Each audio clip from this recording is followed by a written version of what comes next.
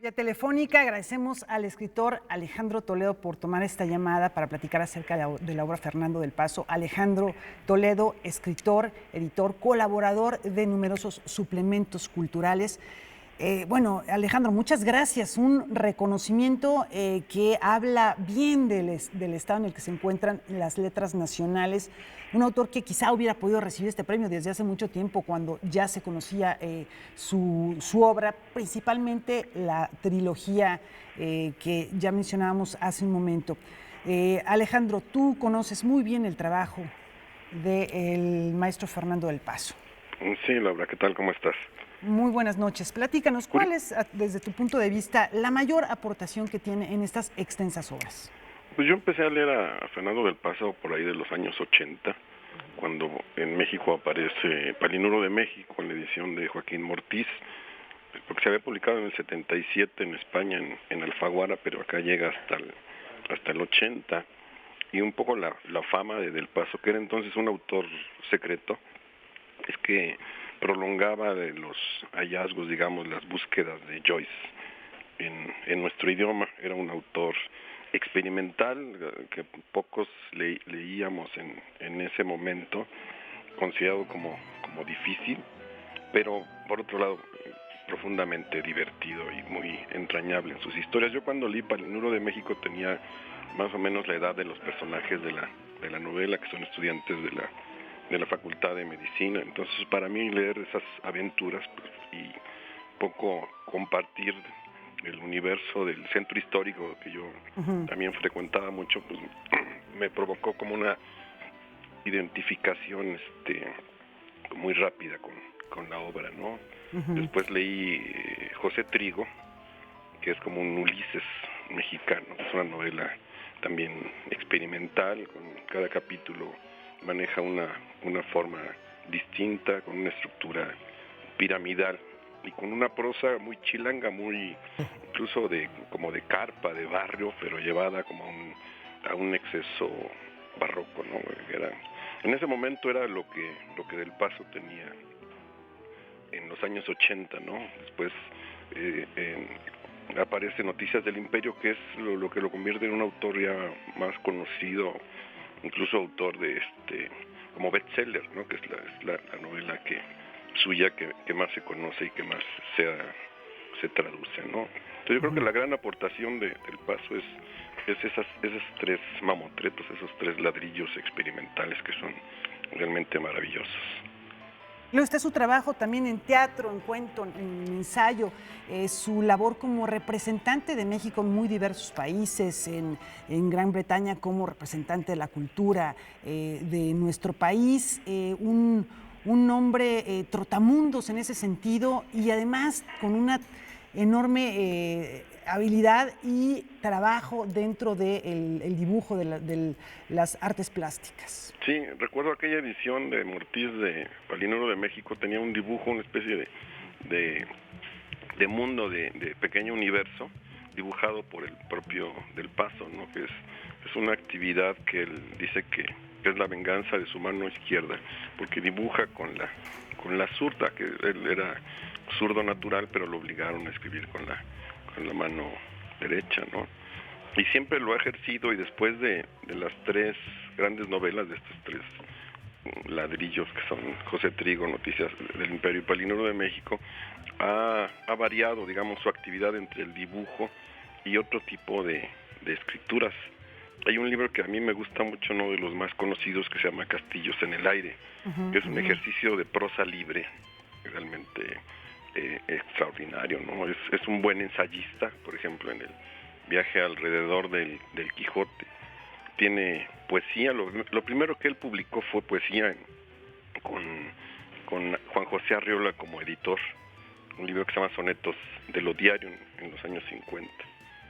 Hay un cuento por ahí que publicó en la Universidad Veracruzana, El Estudiante y la Reina, y hay un cuento que está perdido, que ojalá algún día aparezca, que Del Paso envió al Espectador o al Tiempo de Colombia, de Bogotá, que se llama, creo que La Cama de Piedra, y que perdió su original y no supo si se publicó en Colombia. Yo espero que en algún momento en esos periódicos, El Espectador o El Tiempo, alguien vaya a la hemeroteca y descubre ese texto perdido de Fernando del Paso. Quizá, no, sí, te escucho. Sí, después de que se jubiló como gran novelista, cuando terminó Noticias del Imperio, empezó un trabajo como experimental, porque él había dedicado casi 10 años a cada una de esas 3 novelas. Y lo que ha hecho realmente también es muy bueno y muy distinto a su etapa, digamos, como gran novelista, ¿no? Ahora está trabajando algo que es como una misión imposible, que es un libro que se llama Bajo la sombra de la historia. Salió en el primer tomo ya hace un año o 2 y está por terminar el segundo tomo, ¿no? Entonces es un autor muy lúcido, con una gran prosa, un maestro de la escritura en español, que está aún en activo, ¿no? Yo creo que muy destacable lo que dices sobre el carácter experimental. Hablabas de Palinuro, difícil de clasificar desde un punto de vista de géneros, con esta exploración del lenguaje, esta búsqueda dentro de la Plaza de Santo Domingo, una experiencia biográfica del propio estudiante de medicina que él intentó quizás hacer, la estructura tan... quizá en ese sentido un tanto cercano a la experimentación de Rayuela en su siguiente novela. Y después de esta trilogía, vendría Linda 67, que pues es también difícil de ubicar en el contexto de las otras novelas, que es muy divertida, que es un suspense de alguna manera, ¿no? Sí, es una novela policíaca. Él la hizo como un divertimento, ya como sin la presión de hacer la gran novela, de lo que venía con Noticias del Imperio. Viajó a San Francisco, ahí se informó, consultó mapas y armó esa pieza policíaca que es muy entretenida, ¿no? Ahora el Fondo de Cultura ha estado, ya se apropió de la obra del Paso. José Trigo estaba en Siglo XXI, ya está en el Fondo de Cultura, y supongo que en algún momento reeditará Linda 67, que hace tiempo que no Siglo circula, XXI, ¿no? sí. Sí, Siglo XXI tuvo José Trigo.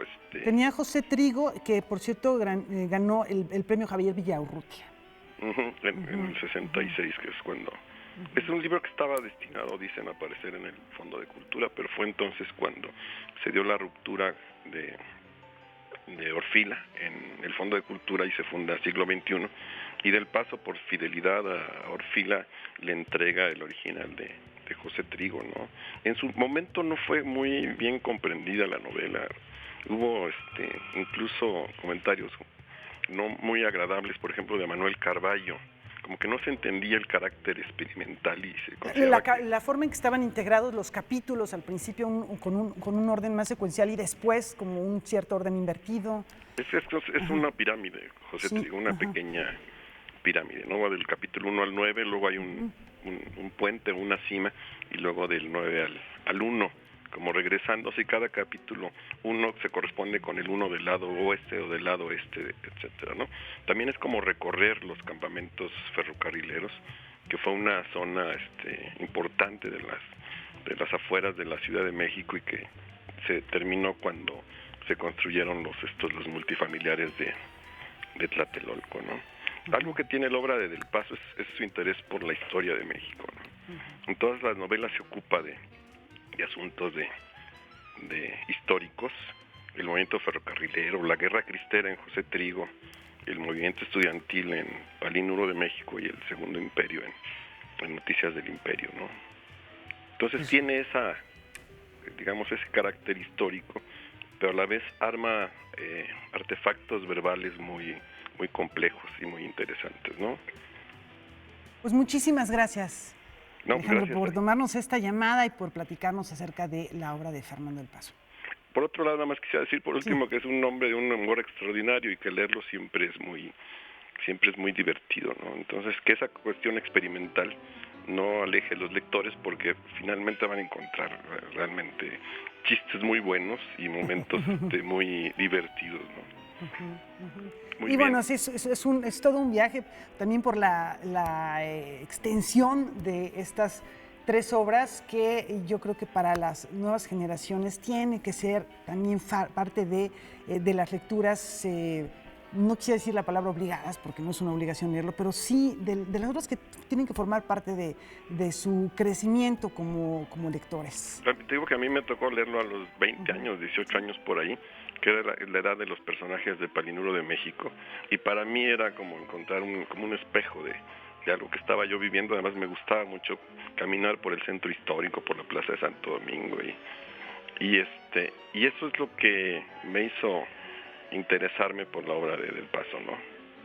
Pues muchísimas gracias, mi querido Alejandro, recibe un fuerte abrazo y bueno, seguramente nos veremos allá en la fila en este homenaje que se le rendirá por sus 80 años. Él los cumplió el pasado 1 de abril y ahí estaremos también celebrándolo en la fila. Gracias, Que estés Alejandro. muy bien. Igualmente un fuerte abrazo.